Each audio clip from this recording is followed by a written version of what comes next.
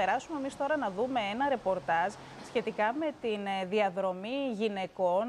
Μέσα από αυτή τη διαδρομή, πρότυπα γυναικών έχουν υπερβεί τις κοινωνικές αντιξοότητες. Μια πολύ όμορφη εκδήλωση, η οποία πραγματοποιήθηκε στο ΜΟΜΟΥ, στο Μουσείο Σύγχρονης Τέχνης της Θεσσαλονίκης. Να την παρακολουθήσουμε και θα επανέλθουμε. Λες και η τύχη του κόσμου εξαρτιόταν από μένα.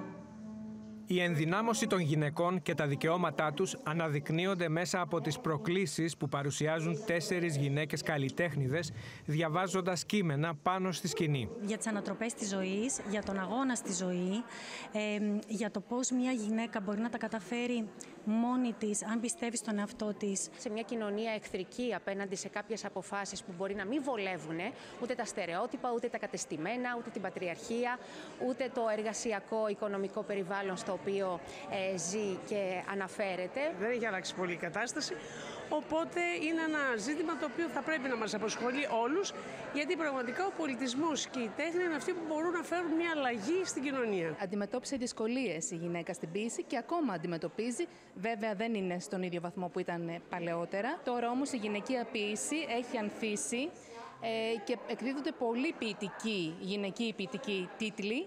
Και αυτό μας κάνει να είμαστε πολύ αισιόδοξες οι γυναίκες. Με την εκδήλωση που έγινε στο ΜΟΜΟΥΣ, Μουσείο Σύγχρονης Τέχνης, ο μη κερδοσκοπικός οργανισμός ΣΥ αναδεικνύει πρότυπα γυναικών που υπερβαίνουν τις κοινωνικές ανισότητες. Αυτή η εκδήλωση γίνεται 2 φορές το χρόνο, τα τελευταία 3 χρόνια, και έχουμε γυναίκες οι οποίες λειτουργούν ως role models, μας λένε τις ιστορίες τους.